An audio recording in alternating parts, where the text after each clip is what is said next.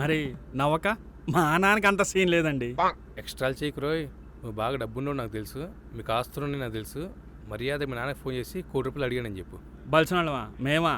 మా ఫ్యామిలీ గురించి చిన్న ఇంట్రో ఇస్తా వినండి. నువ్వు చెప్పినట్టు మా తాత బలిసినాడే. అవన్నీ మా నాన్నకిస్తే ఎక్కడ ఆడిపేస్తాడో అని ఆయనే ప్యాకాట సెటప్లని మొత్తం ఆర్పేశాడు. అప్పటి నుంచి మాకు అప్పులు, ఇంట్లో మనుషులు తప్ప ఇంకేమీ లేవు. మా నాన్న ఫస్ట్ జీతం తీసుకొని ఇంటికి వచ్చేటప్పటికి ఖర్చులన్నీ కుర్చీలు వేసుకుని కూర్చొని ఉంటాయి. హా. ఇంకా ఆస్తి అంటారా? మా నాన్నకి 15 రోజులు సరిపడా వచ్చే జీతం, ఒక బైక్. బైక్ అంటే ఏమనుకుంటారండి? ఇనఫ్ స్థానాలకు వేసినా కూడా 20 సార్లు ఆలోచిస్తాడు కొనాలా వద్దా అని. ఇంకపోతే గట్టిగా వర్షం పడితే ఎప్పుడైనా కూలిపోయే కొంప. ఇకపోతే నా విషయానికి అంటారా? వండి పెట్టే అమ్మ, తిట్టులతో నిద్రలేపే నాన్న. అదృష్టం ఆకాశం దూరంలో ఉంటే దురదృష్టం అండవేర్లో అట్టి పెట్టుకొని ఉంటుంది. అది నా లైఫ్. మరి నీ సంగతి ఏంటి?